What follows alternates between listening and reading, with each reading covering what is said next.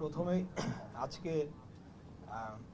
পুসআপ কর্তৃক আয়োজিত এই আলোচনা সভায় আমাকে আমন্ত্রণ এবং বক্তব্য রাখার সুযোগ করে দেওয়ার জন্য আজকের যে অনুষ্ঠানের সকল যারা উদ্যোক্তা রয়েছেন সবাইকে ধন্যবাদ জানাচ্ছি। আসলে বক্তব্য আমি অত ভালো একটা দিতে পারি না। আমাদের আজকে মঞ্চে অনেক লার্নেড পারসন, অনেক সিনিয়র লিডারশিপ তারা রয়েছেন, অনেক সুন্দর বক্তব্য ইতিমধ্যে হয়েছে, আরও বক্তব্য আসবেন। আমাদের আজকের প্রধান অতিথি বিএনপির স্থায়ী কমিটির সদস্য সর্বজন শ্রদ্ধেয় নেতা, উনিও বক্তব্য রাখবেন। সো বক্তব্য দেওয়ার কিছু নাই, আমি শুধু আজকের যে টাইটেল, যে dialogues on hope and expectation, এটা নিয়ে একটু 2-4 মিনিট আপনাদের সাথে কথা বলতে চাই। এই আন্দোলনটা যখন চলে তখন পুরোটা সময় আমি আসলে কারাগারে বন্দী ছিলাম। অগাস্টের 6 তারিখে আমি মুক্ত হয়ে আসি। তো আমরা কারাগারে 16 তারিখ পর্যন্ত, জুলাইয়ের 16 তারিখ পর্যন্ত আমরা পেপার পত্রিকা পাচ্ছিলাম। 16 তারিখের পরে সেটা কমপ্লিটলি বন্ধ করে দেওয়া হয় এবং আমাদেরকে রীতিমতো 24 ঘন্টা লক আপের মধ্যে নিয়ে যাওয়া হয়। আপনারা যা মনে থাকবে যে নরসিংদীতে একটা জেল একটা ঘটনা ঘটেছিল, ওইটার পরে বিশেষ করে আমাদের উপর চাপটা বাড়িয়ে দেয়। তো যতটুকু লক্ষ্য করেছি যে 16-17 তারিখের পর বিভিন্ন মাধ্যমে আমি খোঁজ খবর নিতাম বাইরে কি হচ্ছে। তো সেখানে দেখেছি যে যখন সরকারি বিশ্ববিদ্যালয়ের উপরে পূর্ণ দমে সরকার জোর প্রয়োগ, বল প্রয়োগ করলো এবং সেখান থেকে আন্দোলনকে আপনার দমানোর সর্বোচ্চ শক্তি প্রয়োগ করলো, তখন 17, 18, 19, 20 তারিখ খবর পাচ্ছিলাম যে প্রাইভেট ইউনিভার্সিটির যারা ছাত্ররা রয়েছেন তারা আন্দোলনকে গড়ে তুলছেন এবং ঢাকার যে কয়েকটা পয়েন্টে আন্দোলন হয়েছে তার মধ্যে অন্যতম বাড্ডা, উত্তরা, মিরপুর, যে 3টা স্থানে বিশেষত প্রাইভেট ইউনিভার্সিটির ছাত্ররা প্রবল অবস্থান নিয়েছেন এবং প্রতিরোধ গড়ে তুলেছেন। আমরা সেটার জন্য আপনাদেরকে ধন্যবাদ জানাই এবং আপনাদের প্রতি কৃতজ্ঞ থাকব। তো সেখান থেকে আমি মনে করি যে প্রাইভেট ইউনিভার্সিটি যারা এই আন্দোলনে অংশগ্রহণ করেছেন, আগামী দিনে হোপস অ্যান্ড এক্সপেকটেশন, আপনাদের অনেক হোপস থাকবে, অনেক এক্সপেকটেশন থাকবে এবং সেটার জন্য আপনারা ভোকাল থাকবেন। আপনাদের যে প্রত্যাশা, বাংলাদেশ রাষ্ট্র থেকে আপনারা একজন নাগরিক হিসেবে আপনারা কি চান, সেটার ব্যাপারে আপনারা সোচ্চার থাকবেন, ভোকাল থাকবেন। তাহলে আমি মনে করি যে আগামী দিনে আপনাদের বিষয় বা আপনাদের কথাগুলো গুরুত্ব সহকারে আগামী দিনে রাষ্ট্র পরিচালনায় যারাই আসুক, এখন অন্তর্বর্তীকালীন সরকার রয়েছে, আমরা আশা রাখি যে আগামীতে একটা নির্বাচিত সরকার ক্ষমতা আসবে, আপনাদের প্রত্যাশাগুলো যাতে সেখানে ম্যান্ডেটেড হয়, ওটা অন্তর্ভুক্ত করা হয়, সেটা আমি অত্যন্ত গুরুত্বপূর্ণ বলে মনে করি।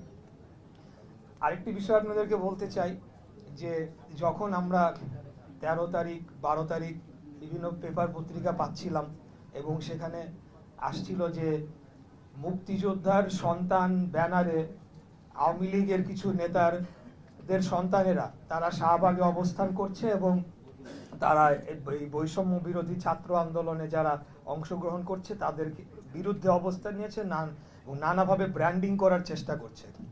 তখন আসলে মনে হচ্ছিল যে কোনোভাবে যদি আজকে আমি জেলখানার বাইরে থাকতাম, আমি গিয়ে ওদের ঘাড় ধরে বলতাম যে তাদেরকে কি মুক্তিযুদ্ধের একক লাইসেন্স দেওয়া হয়েছে, তারাই কি মুক্তিযোদ্ধার সন্তান, তারা কেন এই ধরনের কথাবার্তা বলে, আমরা যারা মুক্তিযোদ্ধার সন্তান রয়েছে, আমার বাবা একজন মুক্তিযোদ্ধা ছিলেন, মানে আমাদেরকে লজ্জিত করছেন, এরপরে আমরা মুক্তিযোদ্ধার সন্তান বলে নিজেকে পরিচয় দিতে লজ্জা বোধ করবো, এরকম পরিস্থিতি তৈরি করছে এবং আলটিমেটলি তাই কিন্তু গিয়ে হয়েছে। সেই ধরনের একটা পরিস্থিতি তৈরি হয়েছে যখন স্লোগান শুরু হয়ে গিয়েছে যে আমি কে, তুমি কে, রাজাকার রাজাকার।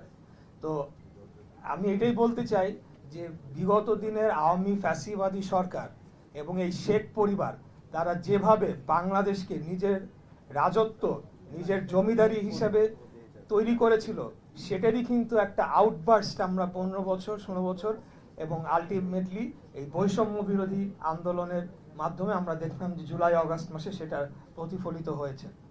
এই যে বৈষম্যটা করা হয়েছে, মানে Awami League versus rest of the country, এইভাবেই বৈষম্যটা তো তৈরি হয়।